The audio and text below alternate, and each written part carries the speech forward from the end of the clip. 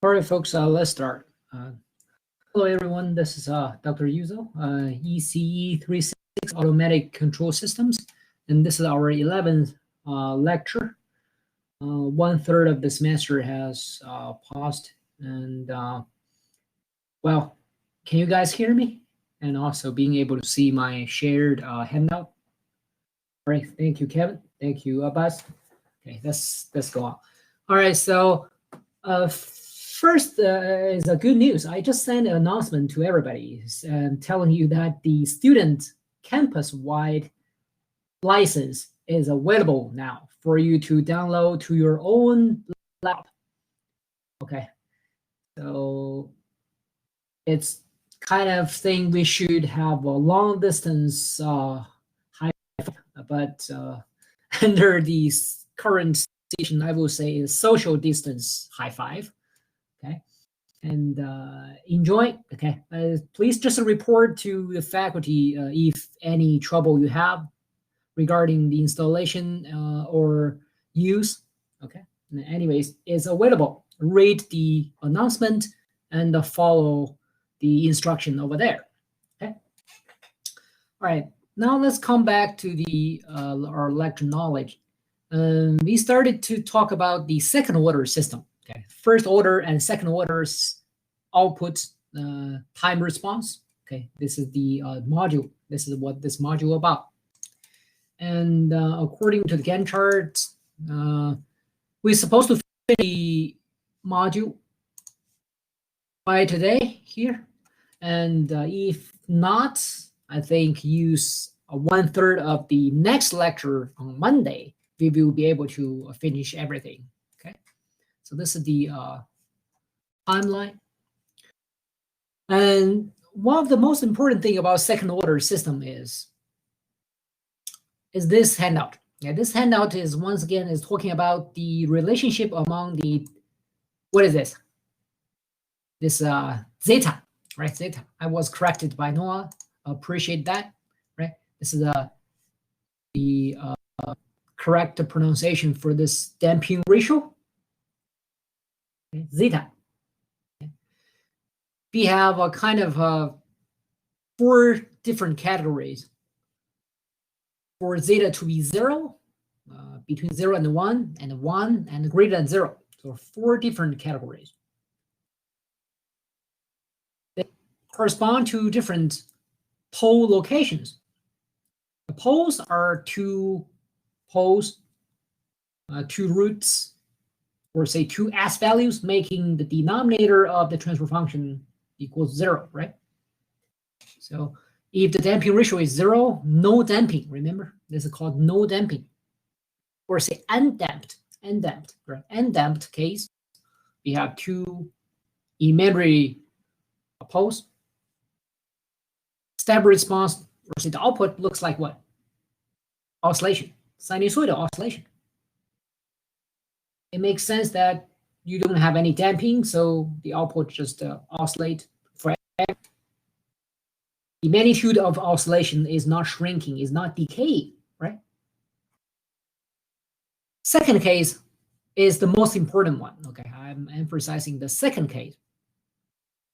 Not able to adjust this highlights box, but the second case, first of all, what is called? What is damping case is it called? Anyone remember?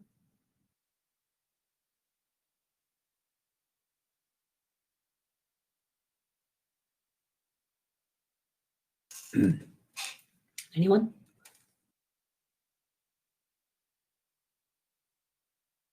Underdamped, right? This is called underdamped. Okay, this is the most important case we're gonna talk about particularly momentarily. Okay. Third case is for damping ratio equals to 1, and then correspond to 2 identical real poles, and then the system output looks like what? Step response looks like what? First order system, right? Without any oscillation. So no oscillation. This is the critically damped, right? Critically damped. Last one is beyond that. Beyond critical damp is over damped. over-damped, which means you further increase the damping. And then the difference is what? The response becomes slower, right? It's slower than this critically damped case. Okay? And we have two different real poles. Okay, so this is the 4 cases. Okay, keep these in your mind, and then we're gonna talk about the second, which is under-damped particularly now. Okay, let's go back to the notes, and here is a little bit, again, pretty much repeating what we have discussed. 4 categories, and we're gonna talk about the second one, under-damped. Okay, under-damped.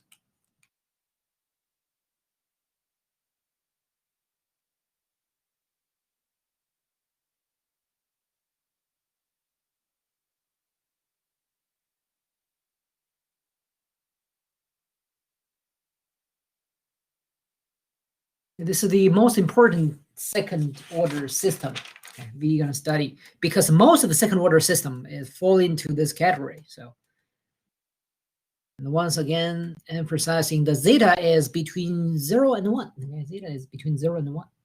Okay. Most common case. And the first of all, let's study the step response. Let's take a look at the output. What does it look like? Okay. Well, from the previous handout, we can tell it's begin from sort of initial value, but generally speaking is 0, and go up, and reach a peak value, right? And from there, it can go back down a little bit, and back and forth, forming an oscillation over there. However, the oscillation is what? It's decaying with the time go along, right? As the time goes along, the oscillation magnitude is decaying. This is very important. So eventually, after a certain amount of time, is converged to a steady state value, which is constant. Okay, this is the output look like. Okay, this is the output look like. However, mathematically, once again, how to study the output? First, we are deriving the output in the frequency S domain by using input times the system transfer function, right? Once again, the second order system means this guy. This guy is second order. Okay, this guy is second order system. It has nothing to do with the input. Input is kind of independent of it. And since we are studying the step input, or say unit step input, so we have this times what? What is the transfer function for the second order system we studied previously? Anyone remember the transfer function? What does it look like?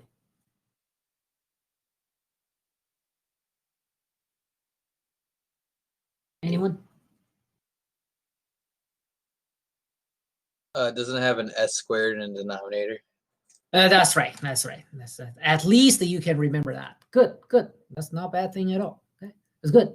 And then what do we have? 2 times zeta times omega n times s, and then plus omega n squared. This is denominator, from which we can find the 2 poles. Remember, a numerator is easier. A numerator is omega n squared, and make it more generic. We have a constant gain k in front of it.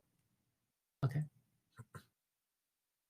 However, we can assume for now k just equals 0. I'm sorry, k just equals to 1, and then further to derive the output in S domain.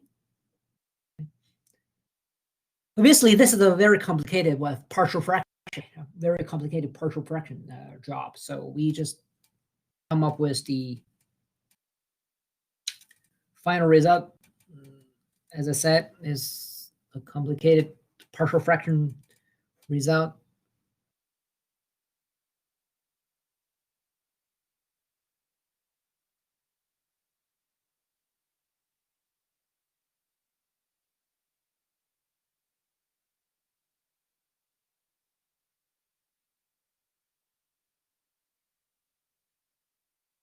Okay, and we skip the middle partial fraction.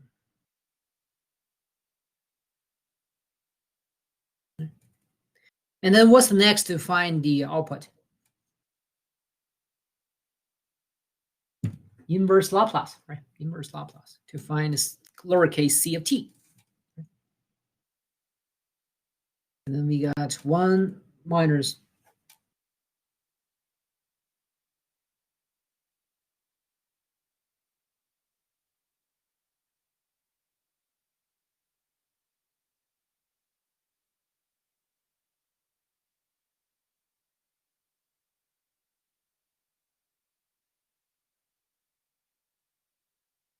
if you're looking at this result, it's actually very complicated. However, we are not going to use it.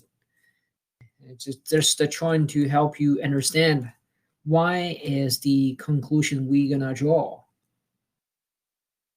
in minutes. Okay, this is the procedure, which is same procedure be applied for finding the what output C of t in first order system, right? Same idea. Output in frequency domain equals to input times system transfer function, and then apply a inverse Laplace transform on it. We got a lowercase c of t in time domain, and the function of t, of course, function of t.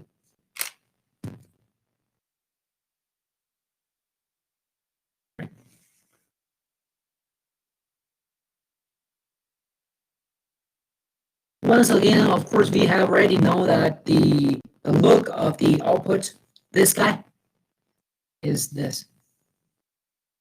Right?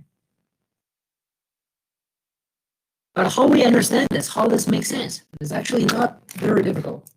We don't need to go in very much details. However, you can imagine what you're seeing is basically, because this is what, this is constant, right?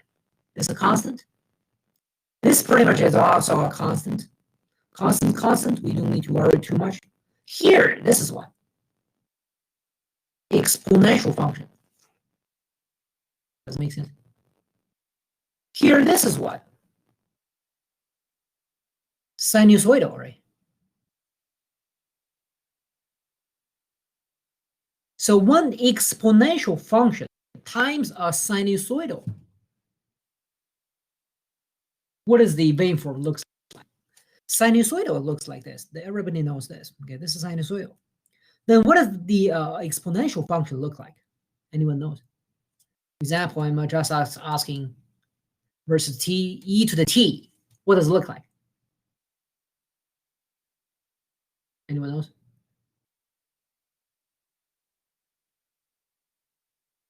What does the waveform for e to t look like?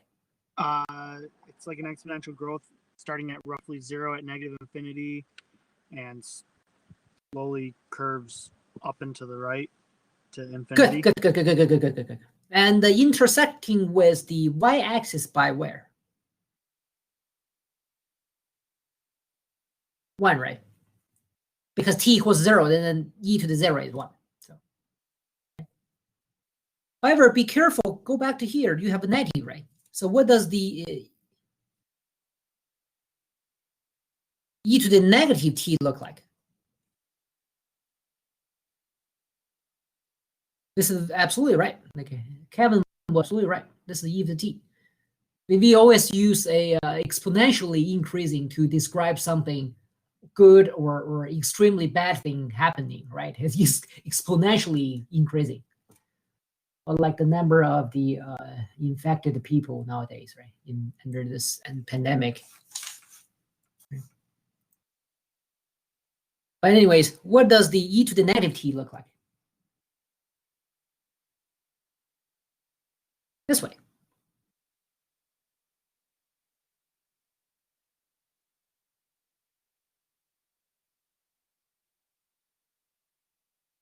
Right. Mirror about the y-axis. Okay, this is e to the t. So this guy times to a sinusoidal. What does it look like? It looks like this. Okay, it looks like this. Looks like a decaying sinusoidal.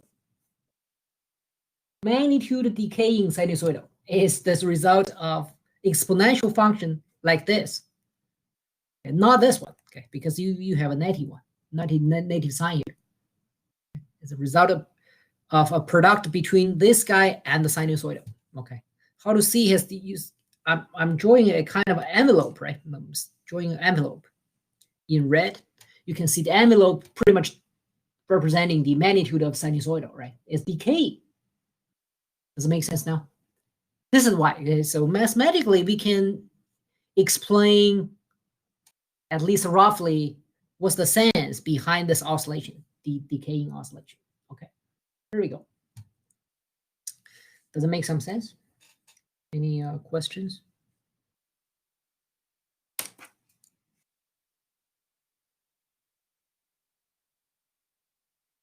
All right.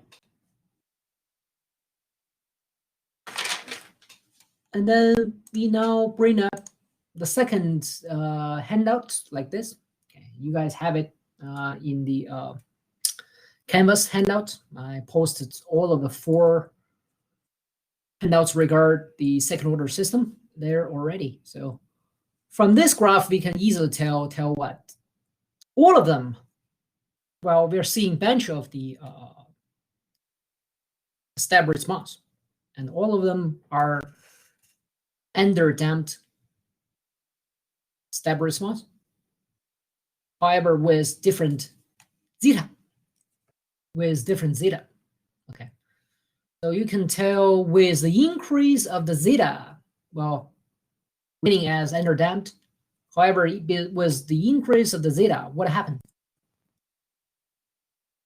What happened? How to describe this phenomenon we're watching here? With the increase of the damping ratio, what we should say?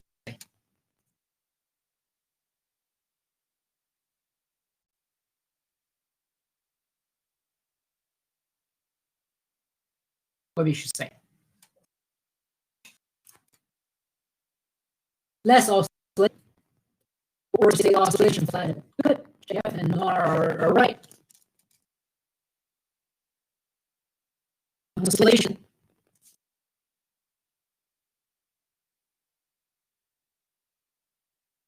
Shrinks. What else you can see?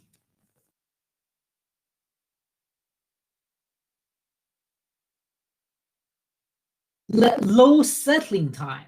Very nice. Okay, Vincent noticed another thing. There are 2 things. Okay, there are 2 phenomena we need to notice. First is about the oscillation, which is easily you can see is less oscillation, or say oscillation is shrinking. That's absolutely fine.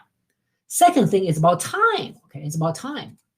You see when the damping ratio is very low here, you see how fast is raised up. You see.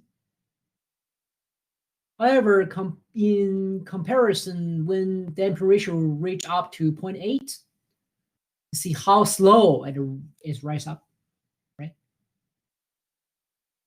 So we can basically say with the increase of the damping ratio, you're going to have less oscillation, but what? Slower response. Okay, slower response.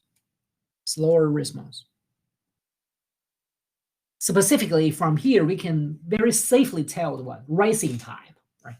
Rising time is a time for you to reach the what? The from 10% to reach the 90% of the final steady state value. So we can safely tell that. Okay, the rising time is absolutely is increasing with the increasing damping ratio. Okay, so we say it slower response. Okay. Slower response. Good. Okay. Now, with these being said, let's go ahead to. Okay, so this obviously you want to take a note regarding these 2 things. Okay, there's a good material for the multiple choice, I would say.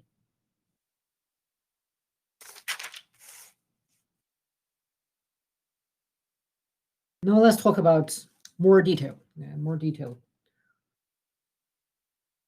The transient specification.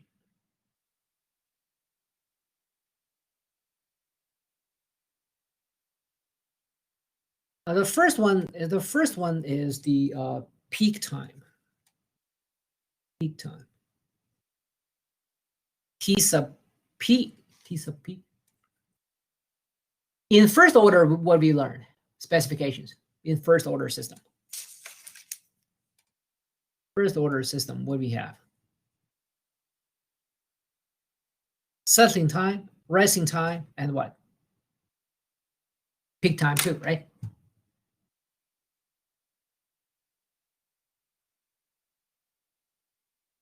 Rising times, settling time. I'm sorry, not TP, is TC, right? What does it mean by TC? Settling time, resting time, and TC is what? In first order system, remember? Anyone?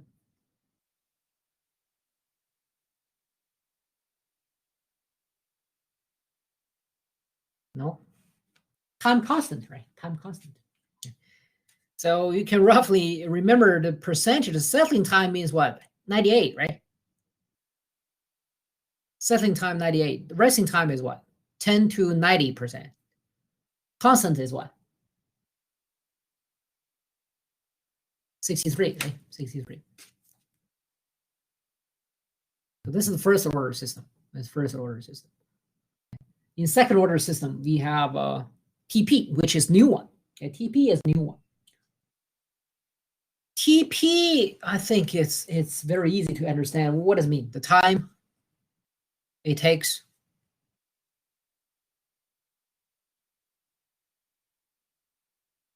for the step response to reach the peak value, right?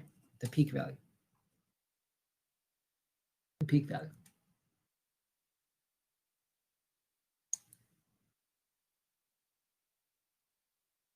This is a step response of ender damped system. And what is the peak value of here? Of course, this is the peak value. No other value along this waveform is higher than this guy. So this is peak value.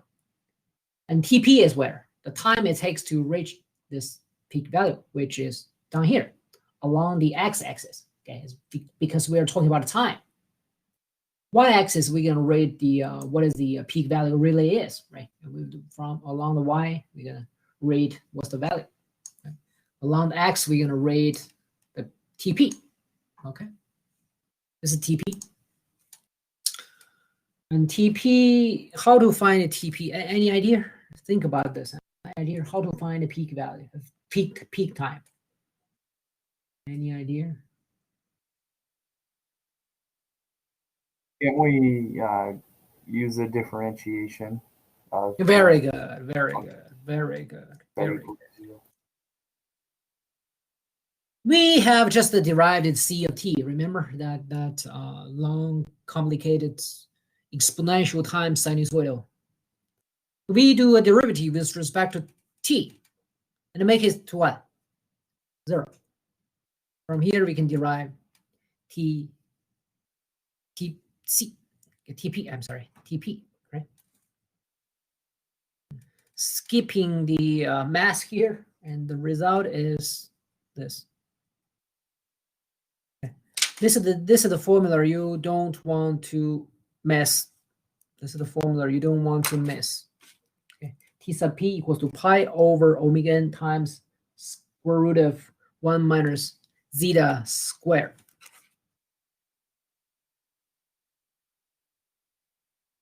Okay. This is the peak time. Second specification is the overshoot. The overshoot.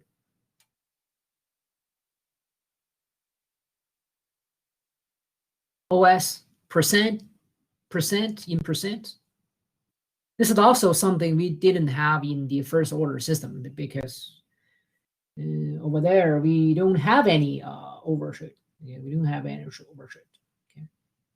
Right? So overshoot, what's the definition?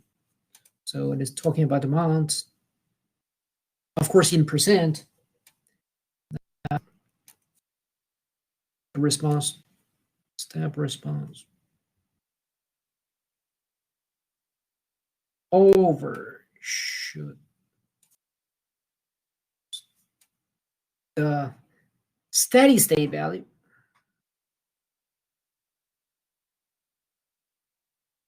at this particular time moment. Okay, because oscillation is ongoing, right? You have more than one oscillation there. We are just looking for at the peak time, this particular moment, okay, overshoot. And going back to this third handout, you can tell what is overshoot here. So first of all, you need to find the steady state value, right? Steady state value is here, right? The middle black line here, labeled as C final. A steady state value is nothing but final value. That makes perfect sense. So the peak value is here, right? So the peak value over the final value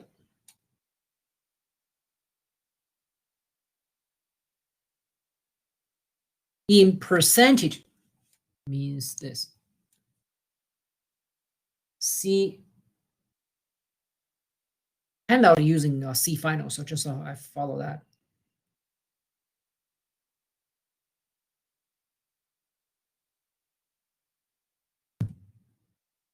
Of course, being aware this is steady value. This is nothing but the peak value. Right? And the further, of course, how to find peak value? Output at this particular moment.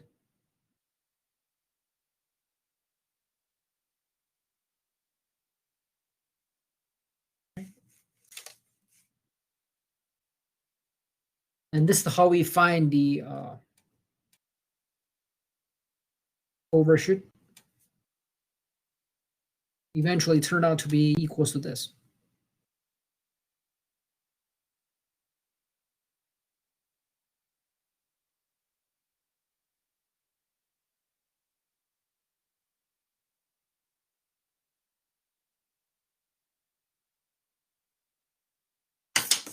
Another formula you don't want to miss.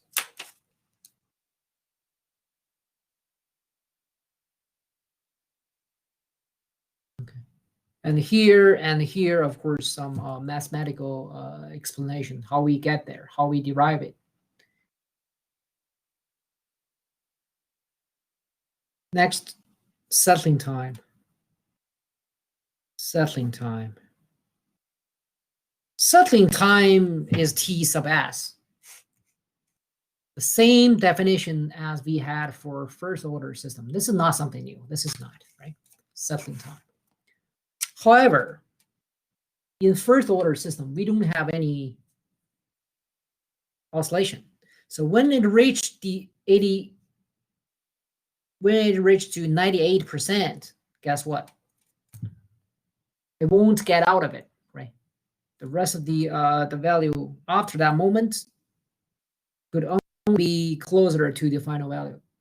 However, second order system is what? You're gonna reach the 98% of the steady state value, what? More than once, right? Actually, many times. The first time was here, right? The first time going to be here, but this is not our settling time. Obviously not. Does it make sense? The first time, obviously, here is not settling yet. So how to define the settling time? It's a little bit different. Okay, settling time is the time it takes for the step response to reach and stay within 2% of the steady state value.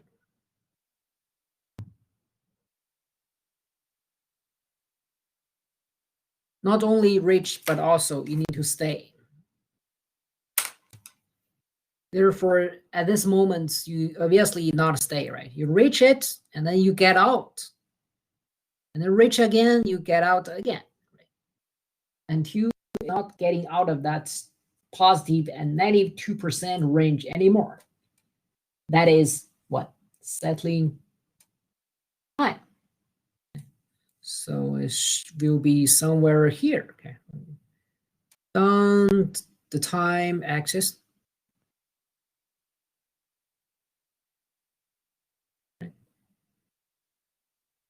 And this is the settling time. Settling time. And how to find a settling time? And this is how do we explain this? So going back to this output C sub t, I'm sorry, C of t. So we are seeing, so this exponential function times sinusoidal becomes a decaying oscillation.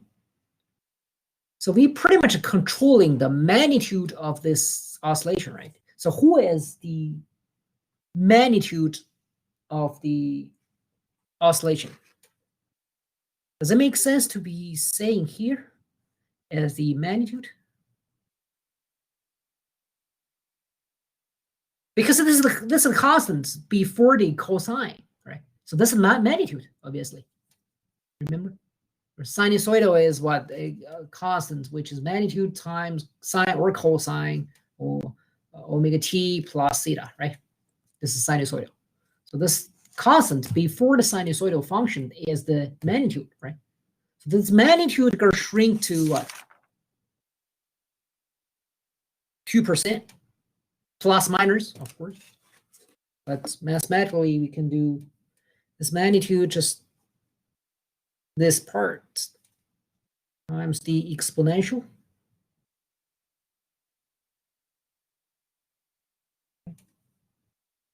Make it to be steady state, 2% of it. And this t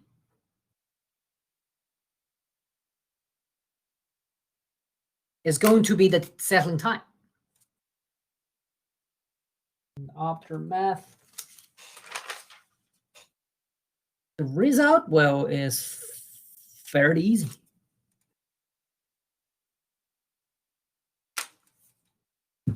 For over zeta times omega n.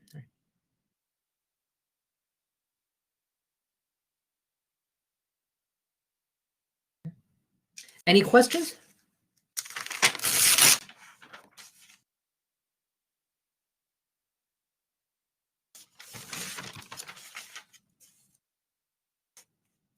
All right, if these are fine, or once again, make sure you're copying the correct formula, okay? We're really gonna use them in midterm 2.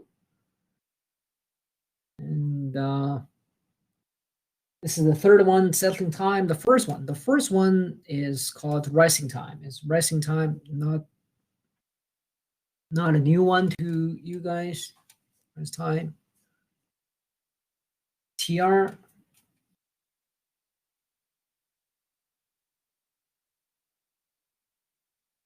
I think I don't have to repeat this. So the time it takes for the step response to reach from 10% to 90% of the steady state value. Definition remains same. Okay. I just saw Alex is requesting to go back to the previous one. You mean here? You mean TP maybe? Is that TP, OS, and TS? Well, once again, if you can talk. Okay, that's going to be saving time. I just didn't write down the last equation for settling Which time. is here. Yep. Yeah, easiest one actually. Easiest one.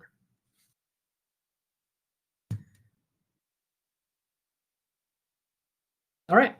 So these are the specification time moments, and then come back to rising time TR. Rising time TR is a little bit tricky. Listen carefully. And this guy has no analytical formula. But what do we have a handout? To provide you a lookup table. And the handout is this guy, this guy, okay, below it. Second part of the handout is providing you a lookup table to find this TR, It's based on the damping ratio zeta, and then to find the normalized TR, which is not exactly TR, okay? So what I'm saying is, based on the damping ratio, you're able to roughly judge the normalized rise time. And what is normalized rise time? You need to understand this. Normalized rise time is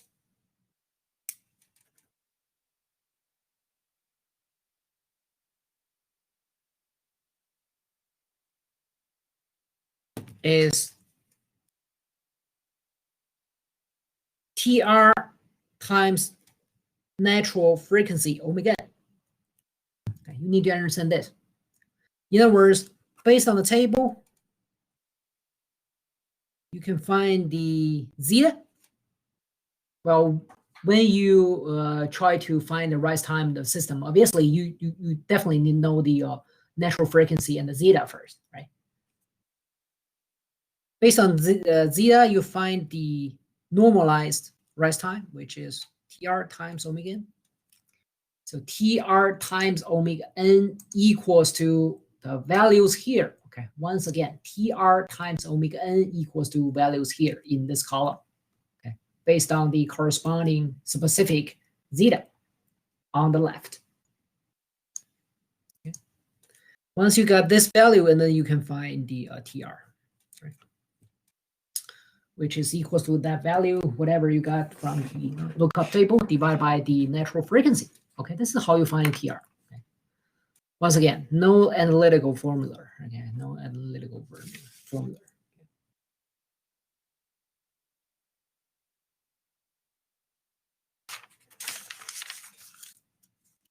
And then once again, come back to the previous three, TP, OS, and TS.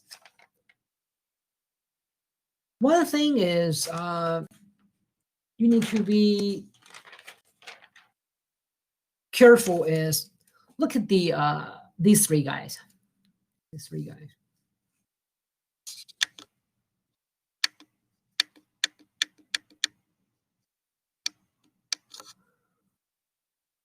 All of these three are in terms of what? Omega n and zeta, right? And their further could be expressed in terms of the real part and the imaginary part of the second order system poles. For example, this is the poles we learned. Okay. This is the poles we learned last lecture. Okay. With this in mind, and then go to the TP. So TP equals what? In terms of the real part and the imaginary part. What can you say?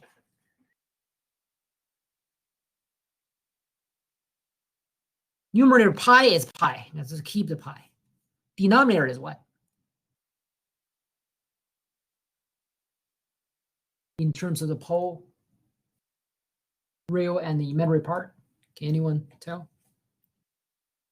The pole is here, by the way. Equals what? 1 and -1. 1 and -1? No, I think you misunderstand what I mean. So this is the equation. Trying to express this in terms of the real part and the imaginary part of the poles. What do we should say? Because this is the real part, right? This is the imaginary part. Right? So what can we say? Because remember, in the endodamped case, which is exactly the system we are discussing, okay, in where we derive these formulas for different specifications. we have two conjugate complex poles. That's why this is the real part. This is the imaginary part. Okay. So how about this is equals to pi over magnitude of imaginary part? Does this make sense? Just the magnitude of this guy, which is equal to this guy. Makes sense.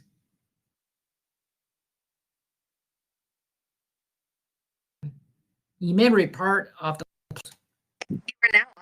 You have those different, I think, because your TP you have omega n times the square root of 1 minus zeta squared. Mhm. Up above you have omega n times the square root of zeta squared minus 1. So that would be different outcome if we're less than 1. So it would never be imaginary in the TP equation. Because it'd be 1 minus something less than 1. So it would always be positive. That's exactly why you're applying the magnitude of it. And here, yes, this gonna becomes a value, magnitude value times j, right? Yeah. That's why this is the imaginary part. Yeah, I get that. I guess I just Yeah. don't understand why we were using that for the TP if it's a different equation. It's same equation. Why it is different? Because the 1 and the zeta are flipped around, so it's not the same. No. I'm telling you, here the zeta is less than 1, right? So this is positive value. That's why I give a magnitude value here. Here, this magnitude is same. The magnitude is here going to be same as the magnitude here. Does it make sense? And you have a j here. I don't, because I'm applying the magnitude here.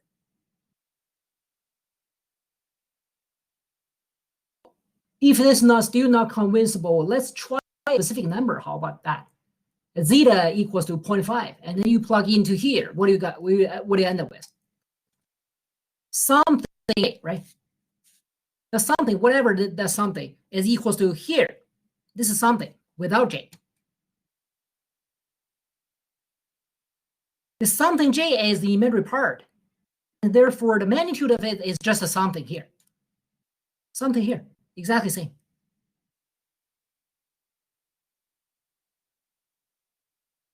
Does it make sense?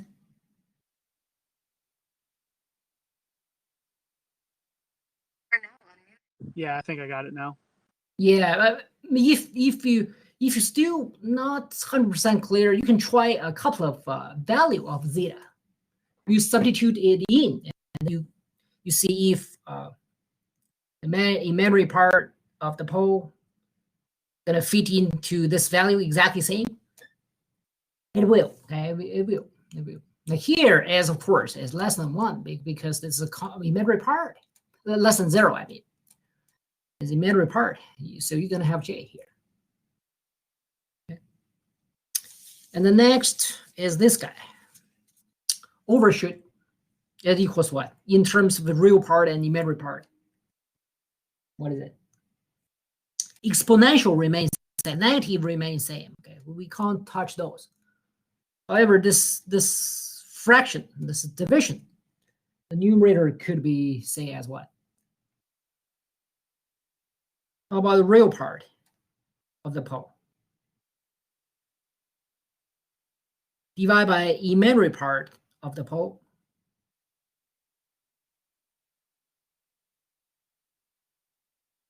And of course, this won't be exactly the same until you times a pi here. The numerator you need to times a pi. I don't know if this makes sense. So pi times pi times the real part here divided by the imaginary part, of course, magnitude. Okay, of course, magnitude.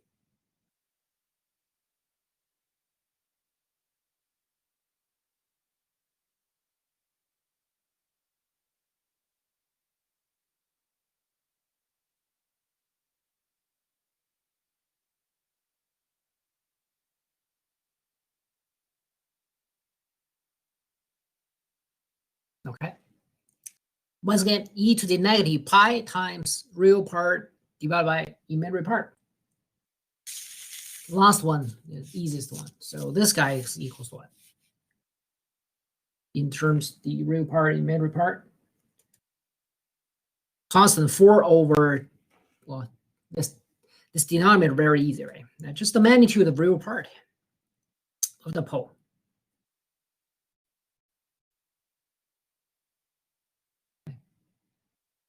So you want to remember, you want to keep two versions of the TP, OS, and TS formula. One is in terms of zeta and omega n. Another is in terms of the real part and imaginary part of the poles. Okay, both are useful. Both are useful. Both are useful.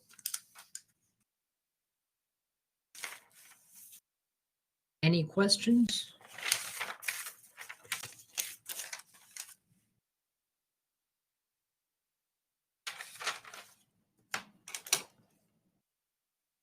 All right, if no more questions, let's do some examples here. Yeah, let's do, first, let's do a small example like this. Okay, let's do a small example like this.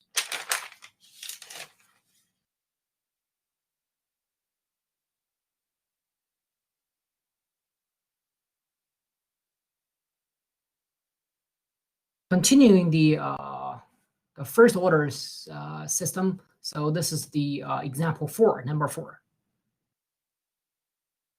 A second order system.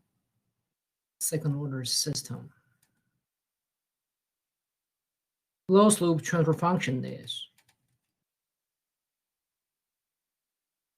4 over 3s squared plus 5s plus 6. Very easy. Just to find the damping ratio and natural frequency.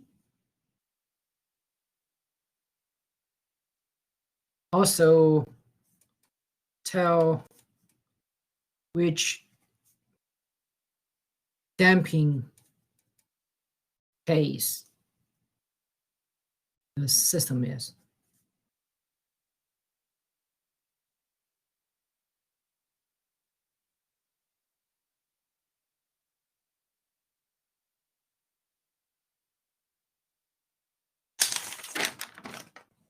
So how to find the given pretty much randomly giving you a second order system transfer function like this, a closed loop, of course. It has to be closed loop. Okay, and find the damping ratio and natural frequency. How to do that?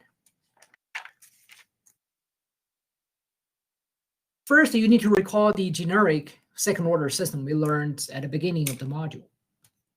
We are seeing in the numerator, we have a constant, whatever it is, times natural frequency squared. In the denominator is what? Is second order as polynomial, right? So the coefficient of s squared is 1. And the coefficient of s term in the denominator is equal to 2 times zeta times omega n. And the constant term in the denominator is the omega n squared. So based on different terms, second order term coefficient, first order s coefficient, and the constant term, we can decide the zeta and omega n for this system, right? However, the key is, as I mentioned, the key is what? The coefficient s of s squared in the denominator is 1. Okay, it must be 1. Before it becomes 1, you cannot derive the zeta and omega n. Does it make sense? So you first of all mathematically has to make this unity coefficient of s squared happen. Does it make sense?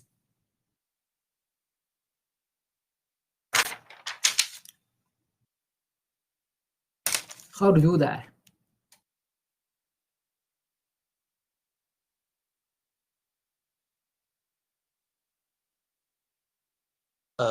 You could divide the top and the bottom by 1/3.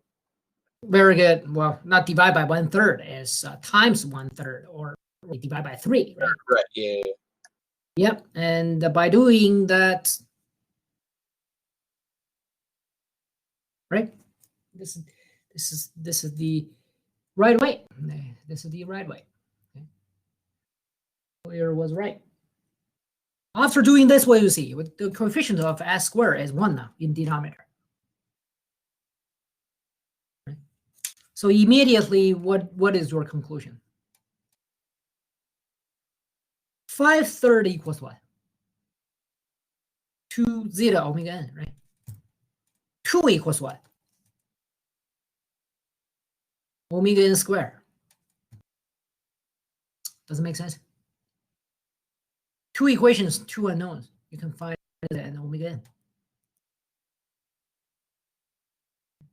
It turned out that is 0.59 and the square root of 2, which is about 1.414. Right?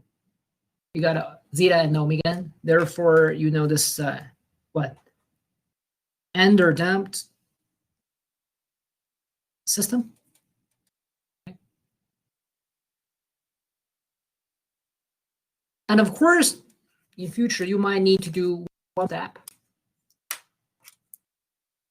You need to do what? After this, omega n, the numerator 4/3 equal constant k times omega n squared. Therefore, what do you got?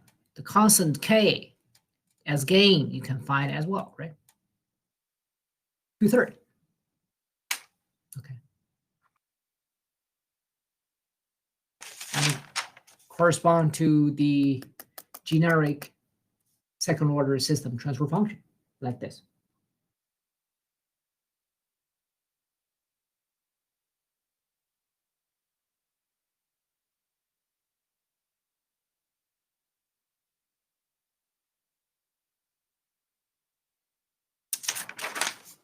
Does it make sense how we do this? Not difficult, but we need to do this. We need to do this at the beginning. Because after knowing zeta and omega n, and as well as k, these are the basis for any further action, any further, say, looking for the specifications and looking for the any transient, right? Zeta and omega n, we must find them correctly.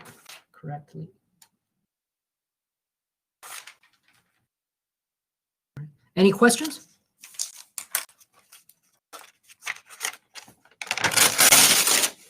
So we can't find any of the rise times or any of that if the system has no damping whatsoever, right? No damping, then the case is like the first order system. And from the system transfer function, we can find that the rising time, etc. We can apply our formula. Wait, Generally, oscillation?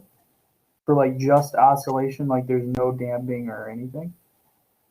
we don't have overshoot, first of all, right? However, settling time and the rising time remain. The definition remain. So we can apply what? Apply this to find it. We can apply this to find it. Find it TR and TS respectively. Does it make sense? Because the definition remains same, no matter what kind of the damp it is. These two definitions and the corresponding mathematical equations remain same. Does it make sense? I'm just kind of confused because if the damping factor zeta was 0, that would get rid of the e to the exponential part, so it would just be left with cosine. Yeah. And that's what you're referring to? Like we would still be able to find the settling time? What happens if the... No.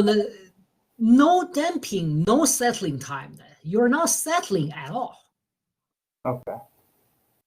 Then we won't talk about it then, right? You're not even settling. That system is not even stable. The unstable system is something we won't do anything for that. And remember this. Okay. And trying to here, you're saying, okay, this first case, right? It's not even stable. Okay, this system is considered as unstable, or say marginally stable. Okay, we don't want to do anything further for such kind of system. You need to modify your controller. You need to add a new controller whatsoever to make it stable, which is the second here underdamped.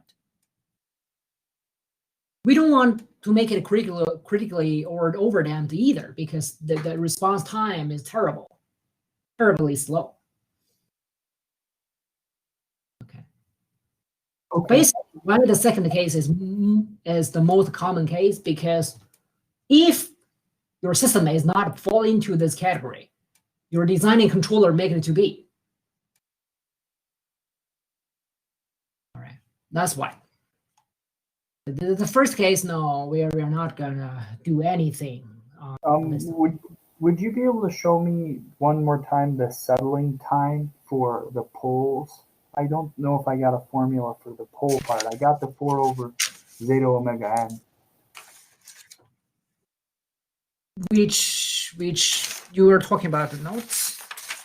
So it's the 4 over the real part. Now the real and imaginary, that's the same thing as, I think they denote it as alpha and beta, right?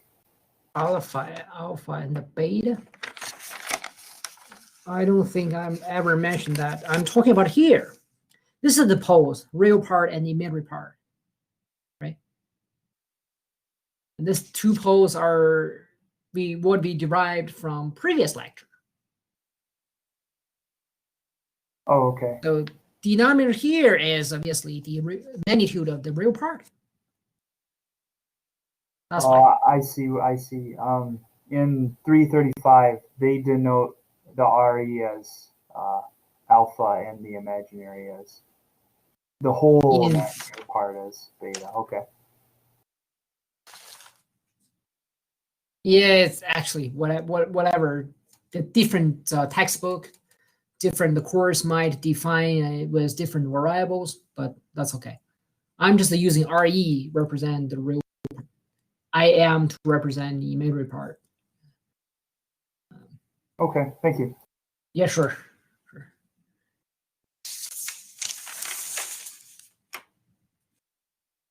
And any questions regarding example 4? Makes sense?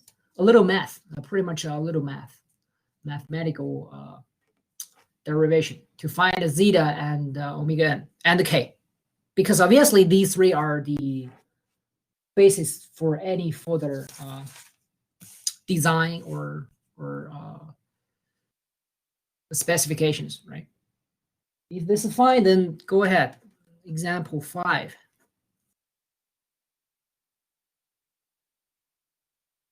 Given a system transfer function g of s equals to such.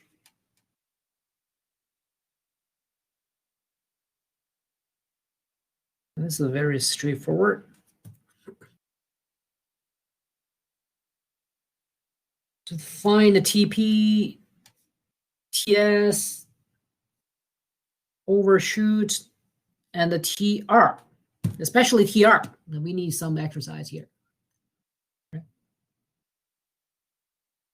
So hopefully you have copied those formulas, and here I can just present you the lookup table for you to be able to find the TR.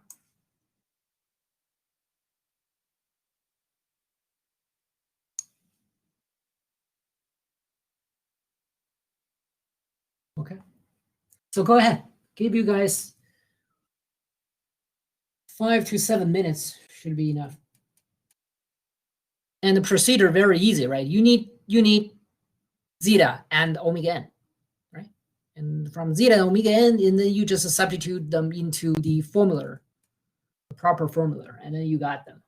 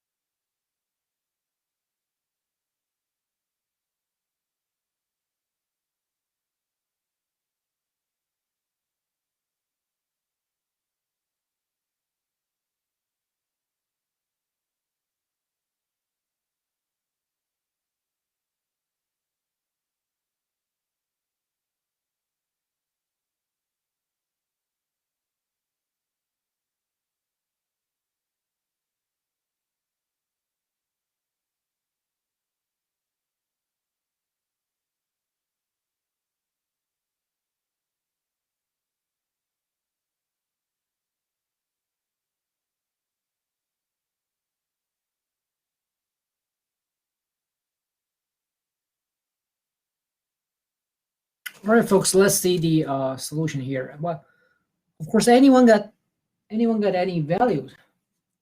Say, what is the TP? Anyone?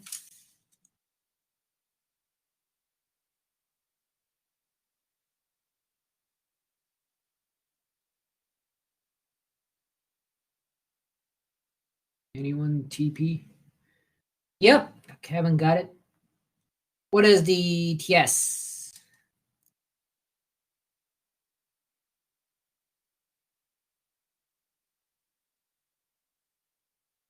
Yep, Kevin got it as well. What is overshoot?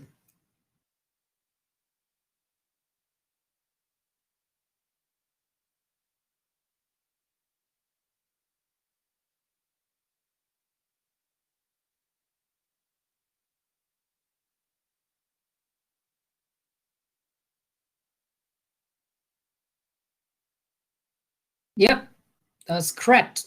How about your rising time?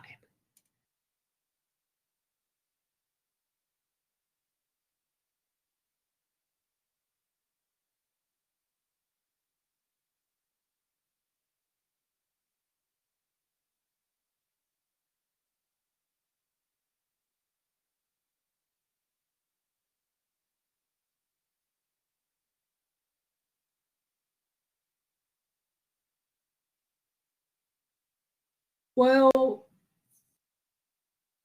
yeah, that's right. Okay, so let's see.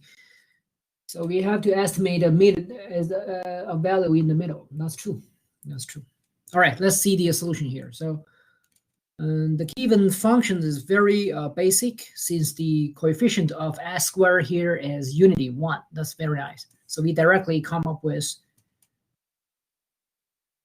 15 equals to 2 zeta omega n, 100 equals to omega n squared. So we got a zeta and n respectively.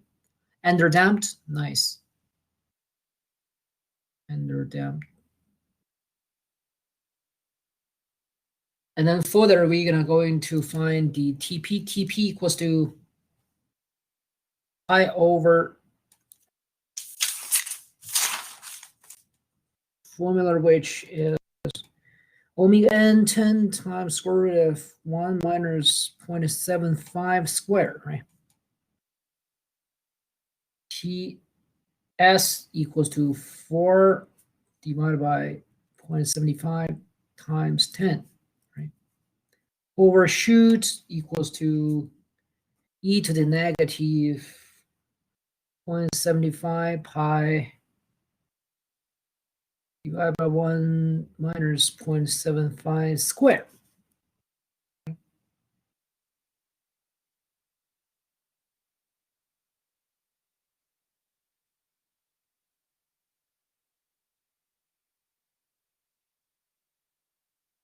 Here we go.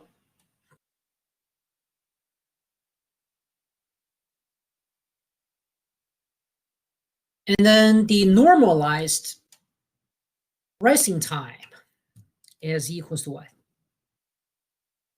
And when you check the lookup table, you need to keep theta of 0.75 in mind, right? And then go up to this table here. 0.75. Well, there's no 0.75, but we have 0.7 and 0.8. The middle number, I will say, is 2.3 something. I'm just gave it 2.3. That's fair enough. Here. Right? And 2.3 divided by what? 10, right? Omega n equals to 10.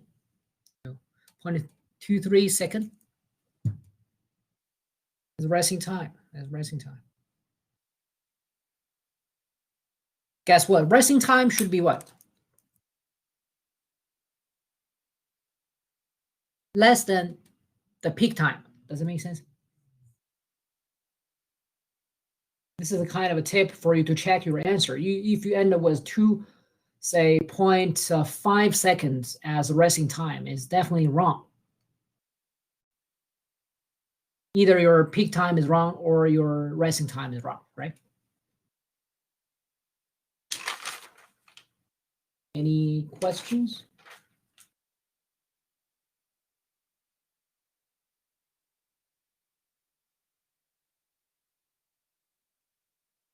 right, if this makes sense, then we have two more examples. But before that, I want to talk about this gain K.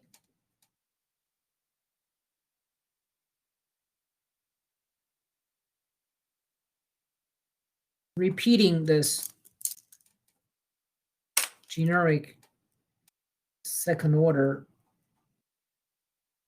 transfer function.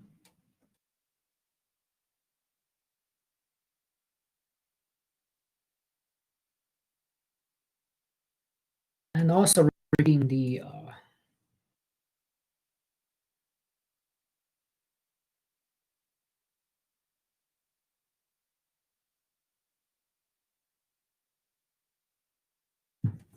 derived time domain step response. Let's see how K here kick in the system to play a role. Okay. The CFT over here derived is based on the assumption of what? K equals to 1. Okay. So if K is not 1, what is the CFT then? It's very easy, right? You times K, you times K. Does it make sense?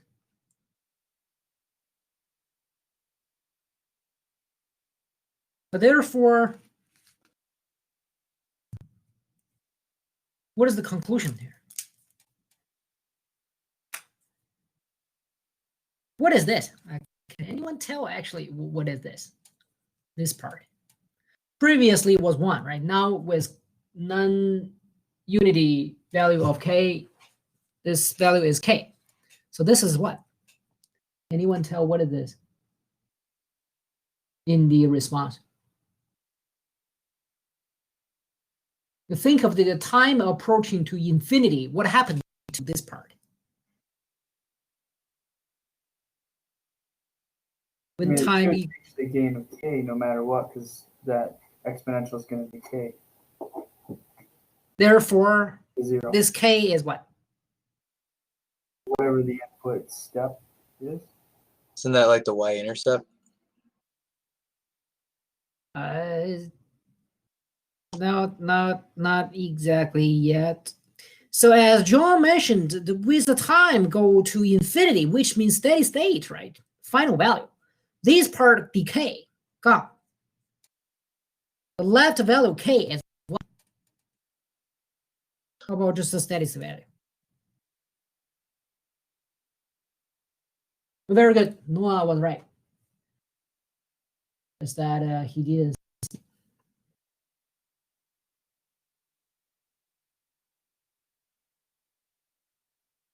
Okay, this is the steady state. This obviously transient, right? This circle decaying, of course, transient. Make perfect sense. The transient oscillation is decaying to 0 when you reach the steady state value. Therefore, this gain K is what? Steady state value. Right. So going back to this system, if one more question, what's the steady state of the system? It's very easy. You know, it's just a what? 1. Does it make sense? Because the numerator here, 100, is equals to omega n squared. So what's the gain K in front of it? 1. Steady state, 1. Okay.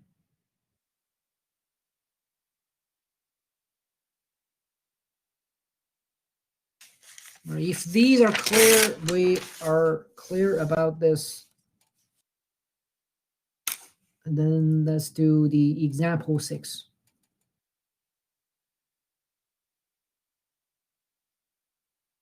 Given the system transfer function, I can skip that part. Given system transfer function, oh no, this is not system transfer function. This is system block diagram.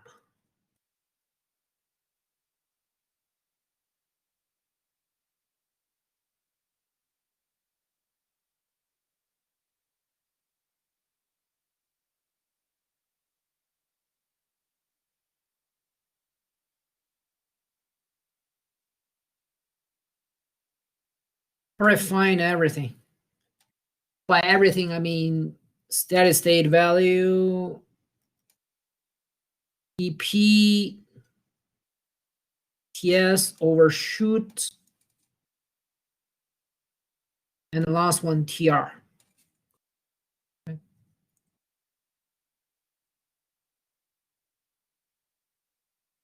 And then let's do this. I give you the example 7 as well, so that you can go back to do exercise yourself. In next lecture, we're going to talk about the solution here. Then the given system this time is a transfer function, closed loop transfer function. 10 over 2s squared plus Is that 4s. 2s in the numerator for the feedback or the? No, it's a 25 in the numerator. Constant 25.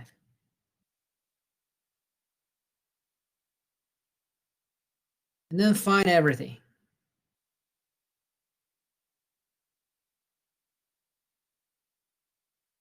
This is example 7.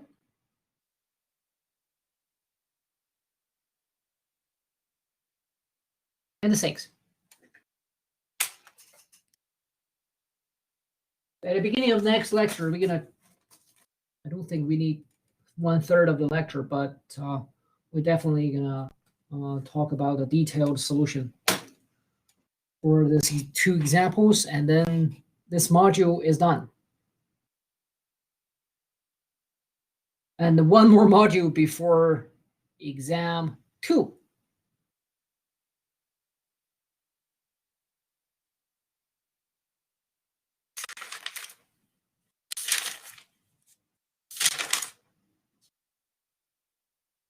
Any questions before we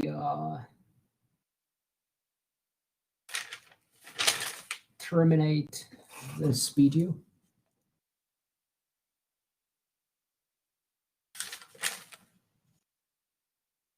And so the formulas that we finally got, right? TP for TS and TR. The one it's not going to account for the first case that you just have a complex poles. Yes. And yes. the equation. What happens when you have an imaginary that's 0? You mean for the critically damped and over damped, right? Yeah, those won't apply either for this TP, TS, and TR, correct? Should apply. Oh, Even though I personally I never tried, but I believe is should apply. But do you know why? I mean, I was questioning, just because I know that we were given some of our formulas with the real and imaginary part. So if we had, an imaginary part on the denominator of a particular function, wouldn't that cause an issue? Yep, it will cause issue. However, I said this result has nothing to do with damping, right? Doesn't make sense. And this is the equation we use to derive those TP and TS and overshoot. Therefore, it doesn't matter what damping case it is. Does that make sense? So then the case scenarios where you gave us the formula with alpha and beta, or the real and imaginary, those particular derivations would only apply for the underdamped system then. But the equations before that should work in all case scenarios for either type, right? First, the peak time emitter part is 0, and then the peak time becomes what? Infinity.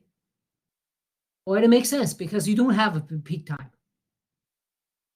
Okay. Because no oscillation, no peak time. Second, the overshoot, this guy becomes 0. So this entire thing becomes negative infinity, right? Or say e to the negative t, the t becomes infinity. Then the entire thing becomes what? 0. Perfect sense. There's no overshoot. Overshoot percentage is 0. Makes sense again. Last one is 4 over real time, the settling time. Well, it works. Real time, a real part of the pole is real part of the pole. Okay, that makes a lot more sense mathematically. All right, All right. thank you. Sure, no problem. Okay, thank you for attending today's lecture, and good luck to some of you guys in the later 341 exam, and to the rest of you guys, talk to you on Monday. No problem. Thank you. Bye now.